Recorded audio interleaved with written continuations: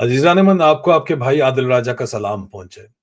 عزیزان من آج ایک انتہائی اہم مسئلے کے اوپر ہم بات کرنے والے ہیں۔ یہ مسئلہ جو ہے انتہائی خاموشی سے پاکستان کی جڑوں کو کاٹ رہا ہے اور بہت ہی خاموش لیکن گہری اسٹریٹجک تباہی کا سبب بن رہا ہے پاکستان کا، اور یہ مسئلہ ہے جس کی وجہ سے عمران خان کا خلاف رجیم چینج آپریشن بھی کہا جا سکتا ہے کہ اسی مسئلے کی وجہ سے ہوا۔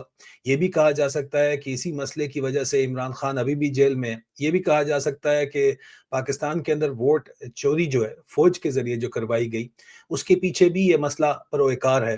یہ مسئلہ ہے کیا؟ یہ مسئلہ دراصل متحدہ عرب امارات یا یو اے ای کا ایک سائلنٹ کانکسٹ، ایک خاموش محاذ ہے پاکستان کے خلاف، یعنی ایک ایسی اکنامک کولونائزیشن، ایک معاشی سامراجی نظام جہاں پیسے، قرض اور سودوں کے ذریعے پاکستان کی خود مختاری کو ختم کیا جا رہا ہے۔ آئیں سمجھنے کی کوشش کرتے ہیں کس طرح۔ جب آپ پس منظر کی بات کرتے ہیں تو اس مسئلے کا جو پس منظر ہے اس میں دو ہمارے پاس کہانیاں سامنے آتی ہیں، دو ورژنز سامنے آتے ہیں۔ پہلا ورژن یہ ہے کہ 2007 کی کچھ لیکڈ یو ایس ڈپلومیٹک کیبلز میں یو اے ای کے رولر محمد بن زید کے بارے میں لکھا گیا تھا کہ وہ اسلامسٹ ڈیموکریٹک موومنٹ سے خوف زدہ ہے، خاص طور پر ان ملکوں میں جہاں پر پبلک جو ہے، عوام جو ہے وہ آزاد ہوتی ہے، اور جس میں مصر اور پاکستان کا نام سر فہرست ہے۔ تو اسلام پسند قوتیں وہاں پہ جیت جاتی تھیں، اور ان کا یہ کنسرن تھا کہ ایجپٹ، سعودی عرب اور پاکستان جیسے ملکوں میں کسی بھی طور کے اوپر جو ہے یہ جو عوام ہے اس کی مرضی کی حکومت نہیں آنی چاہیے۔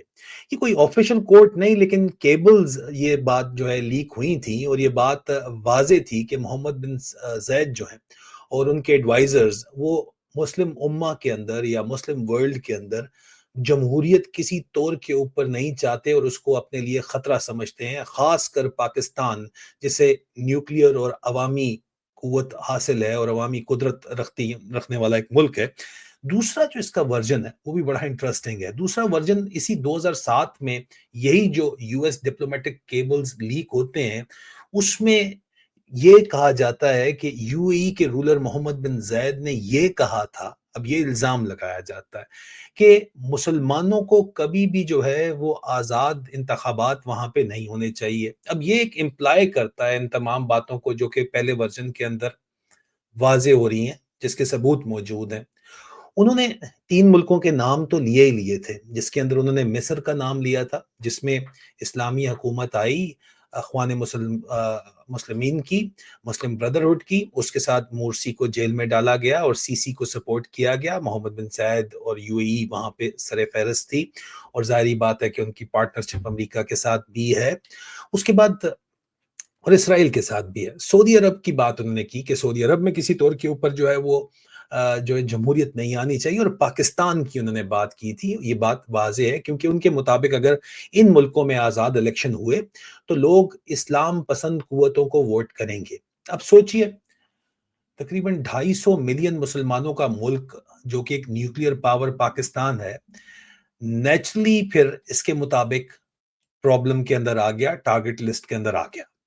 اب جب عمران خان حکومت کے اندر آئے 2018 کے اندر، تو یہ لیڈ کیبل محمد بن زید کی 2007 کی ہے۔ کہا یہ جاتا ہے اینالسٹ کی طرف سے کہ 2018 میں عمران خان کی حکومت جب آئی تو وہ محمد بن زید کے لیے ایک بھیانک خواب بن گئے۔ کوالالمپور میں مسلم یونٹی سمٹ، اسرائیل کے ساتھ ریلیشن بنانے سے انکار، امریکہ کے ساتھ ان کو بیس ریجیکٹ کر کے ایبسلیوٹلی ناٹ کہنا، یوکرین پر نیچرل رہنا، اور کشمیر اور فلسطین پر کھلی آواز اٹھانا، یہ سب ان پاورز کے لیے ان ایکسیپٹیبل تھا، بالکل ناقابل قبول تھا، جن کو محمد بن زید ریپرزینٹ کرتے ہیں۔ اور 2022 میں ایک نو کانفیڈنس ووٹ کے ذریعے، جس میں اسٹیبلشمنٹ فوج کا ایک رول بہت واضح ہے، عمران خان کو ہٹا دیا گیا حکومت سے، اور اس کے بعد جو فوجی سامنے آئے ان کو متحدہ عرب امارات کی مسلسل سپورٹ حاصل تھی۔ یہاں پہ ان آل فیئرنس محمد بن زید نے ملاقاتیں کی عمران خان سے 2020 میں، وہ گئے، جا کے انہوں نے ملاقات کی، پاکستان بھی گئے، اور پاکستان جا کے ان ملاقاتوں کے بعد انہوں نے عمران خان کو اپنا دوست بولا۔ یہ بات بھی سامنے ہے۔ اب جو بولا اور جو لیک کیبلز ہیں ان کے اندر بہت زیادہ فرق ہے، لیکن ایک بات ذہن کے اندر رکھیے گا کہ عمران خان کے رجیم چینج آپریشن کے بعد اگر باجوہ اور باجوے کے بعد موجودہ آرمی چیف عاصم منیر کو اگر کسی نے سپورٹ واضح طور کے اوپر کیا ہے تو واضح طور پہ نظر یہ آتا ہے کہ وہ، اگر عرب ممالک میں بھی واضح طور پہ سپورٹ ان کو موجود ہے تو متحدہ عرب امارات کی ہی سپورٹ نظر آتی ہے، جو لون رول اوور بھی ان کو کر کے دیتے ہیں اور ان کو ایک لائف لائن انہوں نے پرووائڈ کر کے دی ہوئی ہے۔ یہ بات بھی واضح ہے، لیکن یہ معاملہ اتنا سیدھا نہیں ہے، یہ کہانی اس کے بدلے میں بہت کچھ پاکستان کو دینا پڑا۔ عاصم منیر کے آرمی چیف بننے کے بعد بہت سے متحدہ عرب امارات نے معاہدے کیے اور فل فلیج سپورٹ جو ہے متحدہ عرب امارات نے، محمد بن زید نے عاصم منیر اور اس وقت ایک انگوٹھا چھاپ وزیر اعظم انوار کاکڑ تو صرف چپراسی کے طور کے اوپر ساتھ کھڑے ہوئے ہیں، لیکن یہ آپ تصاویر دیکھ سکتے ہیں۔ اور یہ نومبر 2023 کی کہانی ہے کہ عاصم منیر کو مکمل طور کے اوپر سپورٹ اگر ملی عرب حکمرانوں میں بھی، یا عرب یا وہاں پہ آپ کو عرب ممالک کے اندر ملی، تو وہ محمد بن زید کی وجہ سے ملی اور یہ معاملات وہاں سے آگے بڑھے۔ لیکن اس کے بعد متحدہ عرب امارات کی کمپنیز نے پاکستان پر ایک خاموش جو معاشی حملہ کیا جو ہے وہ شروع کر دیا، کیونکہ عاصم منیر جو ہے اس کے اوپر کوئی انٹرنیشنل انویسٹمنٹ ویسے ہی نہیں آ رہی تھی، اور متحدہ عرب امارات سے اس نے پلان بنایا کہ میں سب کچھ لے کے آؤں گا۔ لیکن متحدہ عرب امارات کی انٹرنیشنل ہولڈنگ کمپنی نے محمد بن زید کی بھائی شیخ طاہنون بن زید کی زیر نگرانی، جس کا گروتھ ریٹ جو ہے، سنیے گا ذرا، 42,000%، 42,000% گروتھ ریٹ پہنچ گیا اس کمپنی کا۔ اس نے یہاں پہ انویسٹمنٹ شروع کی انٹرنیشنل ہولڈنگ کمپنی نے، اور اب پاکستان ان کے لیے بالکل جو ہے وہ ریڈی ٹارگٹ تھا۔ کمزور، تقسیم شدہ اور ڈالرز کے لیے بالکل بھیک پھیلائے ہوئے بھکاریوں کی طرح عاصم منیر جو ہے وہ حاضر تھا کہ عربیوں کے آگے پیچھے پھر رہا تھا کہ مینو کچھ دے دیو یا شیخ، ایتھے ویخ یا شیخ، یہ کام چل رہا تھا۔ تو 2023 میں کراچی پورٹ کا ایسٹ وارف یو اے ای کو 50 سال کے لیے لیز پر دے دیا گیا، صرف $220 ملین میں۔ کوئی اوپن بیڈنگ نہیں ہوئی، کوئی انڈیپینڈنٹ ویلیویشن نہیں ہوئی، اور ڈسپیوٹس پاکستان میں نہیں لنڈن آربیٹریشن میں سالو ہوں گے، یہ طے کیا گیا۔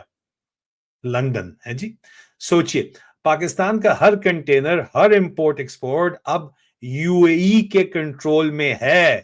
بات سمجھ آئی آپ کو اسٹریٹجک ٹیک اوور کی؟ مگر عزیزان من، یہ صرف کراچی نہیں تھا جہاں پہ یہ کام ہو رہا تھا، یہ بات بھی جاننا ضروری ہے۔ 2006 میں ہی ڈی پی ورلڈ، ایک متحدہ عرب امارات کی جو ہے کمپنی ہے، اس نے کراچی کے پورٹ قاسم کا کنٹرول جو ہے وہ حاصل کر لیا تھا۔ پھر ٹیلی کام سیکٹر کے اندر اتصالات نے پی ٹی سی ایل خریدا، اور اب تک 800 ملین کی پیمنٹ باقی ہے اتصالات کی، ابھی تک اس طرح رپورٹ کیا جاتا ہے۔ اب ایئرپورٹس، اسلام آباد ایئرپورٹ متحدہ عرب امارات یو اے ای کے حوالے ہو چکے ہیں۔ قطر، لاہور اور کراچی کے لیے بھی یہ لوگ تیار ہیں اس وقت، جو قطر لاہور روٹ ہے اس کے لیے بھی قطر لینا چاہتا ہے، لاہور اور کراچی، یہ معاملات اس وقت چل رہے ہیں۔ مطلب پورٹس، ٹیلی کام اور اب پاکستان کے آسمان بھی وہ گلف کنٹریز کنٹرول کریں گی، کیونکہ ان کے پاس کچھ ہے نہیں اور یہ بھکاری بنے ہوئے ہیں اور سب کچھ بیچنے کے لیے تیار ہیں۔ تمام چلتے کاروبار آپ نے جو ہے وہ عربیوں کے حوالے تو کر دی ہے، پاکستان کو اس کا ملا کیا؟ ابھی تک پیمنٹس باقی ہے، وہ آپ سے کما کے آپ کو دے رہے ہیں، اور حالات یہ اس طرح کے ہیں کہ صرف یہ نہیں بلکہ ابھی حال ہی میں فیبروری 2025 میں یو اے ای کے جو یہ انٹرنیشنل ہولڈنگ کمپنی ہے جو محمد بن زید کے بھائی چلا رہے ہیں، شیخ طاہون، انہوں نے بلوچستان کے چاغی ایریا میں 50%+1 شیئر لیے، جس کا مطلب ہے فل کنٹرول۔ کراؤن پرنس خود پاکستان آیا تھا سائننگ کے لیے، اور یہ صرف ایک بزنس ڈیل نہیں تھی، یہ پاکستان کی خود مختاری کا بھی اس کو سودا کہا گیا، اور کہا گیا کہ یہ تو بھائی باقاعدہ طور کے اوپر فوتگی ہو گئی ہے پاکستان کی خود مختاری کی، ڈیتھ سرٹیفکیٹ بھی اس کو کہا گیا۔ بلوچستان جہاں کاپر، گولڈ اور گیس کے ریزروز ہیں، وہاں اب ایکسٹریکشن فورن کنٹرول میں ہے۔ پہلے جو کچھ تھا وہ چائنا کر رہا تھا، اور اب متحدہ عرب امارات کر رہا ہے، اور وہاں غریبوں کی یہ حالت ہے کہ بلوچستان کو مکمل طور کے اوپر جو ہے وہ بند کیا گیا، سیٹلائٹ فونز وہاں پہ استعمال کیے جا رہے ہیں، اور سیٹلائٹ فون صرف جو ہے وہاں پہ فورن پاورز ہی استعمال کر سکتی ہیں۔ لوکل پاپولیشن کو بالکل سیز کر دیا گیا ہے، ان کو ایک محصور کر دیا گیا ہے، اور ان کے خلاف شدید ترین کریک ڈاؤن کیا جا رہا ہے۔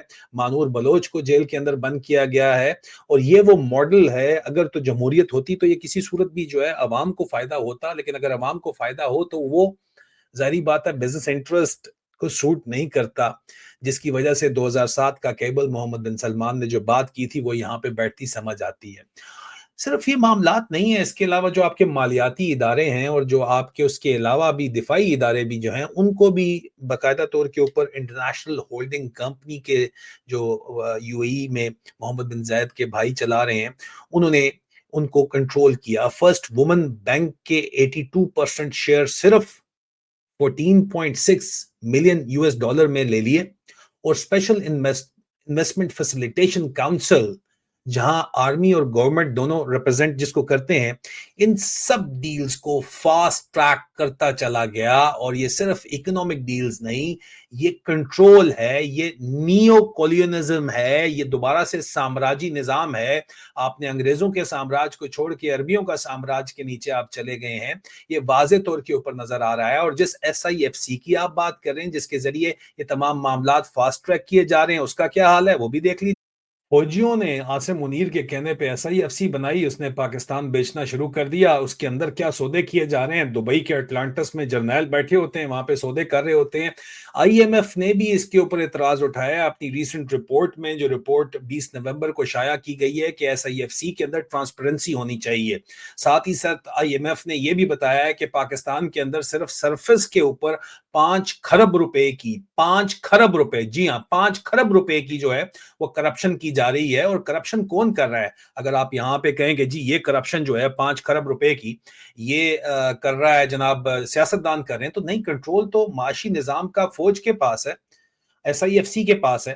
IMF بھی بتا رہا ہے کہ SIFC کے پاس یہ سارے کا سارا کنٹرول ہے۔ 5 ٹریلین روپیز کی جو پچھلے 3 سال کے اندر کرپشن صرف سرفس کے اوپر ہے، اوپر، اس کی آپ مجھے بتائیں نا کہ SIFC کے ذریعے اگر نہیں ہے تو کس کے ذریعے ہے؟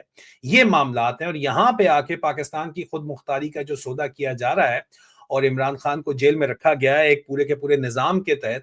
یہ نظام کس کی وجہ سے اس حالت کے اندر ہے، اور پاکستان کا سودا جو کیا جا رہا ہے، اس کی جو بڑی پکچر ہے وہ یہ ہے کہ یہ سارے کا سارا پلان عمران خان کو ہٹانے کے بعد بڑی تیزی سے امپلیمنٹ کیا گیا ہے پچھلے 3 سال میں۔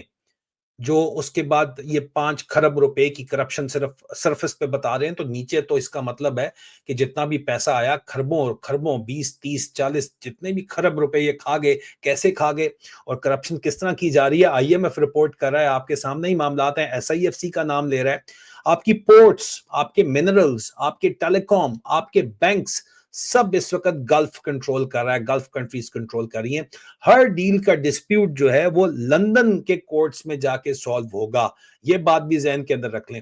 یہ اگر فورن ڈائریکٹ انویسٹمنٹ نہیں ہے بھائی، غلط فہمی ہے آپ کی، یہ سائلنٹ ٹیک اوور ہے۔ اور جیسے ایسٹ انڈیا کمپنی نے انڈیا میں جو کچھ کیا تھا، ویسے ہی پلے بک اب 21ویں صدی میں دوبارہ رپیٹ ہو رہی ہے۔ عزیزان من، یہ کوئی کسی قسم کی سازشی تھیوری یا کنسپریسی تھیوری نہیں ہے، یہ ڈاکومنٹڈ فیکٹ ہے۔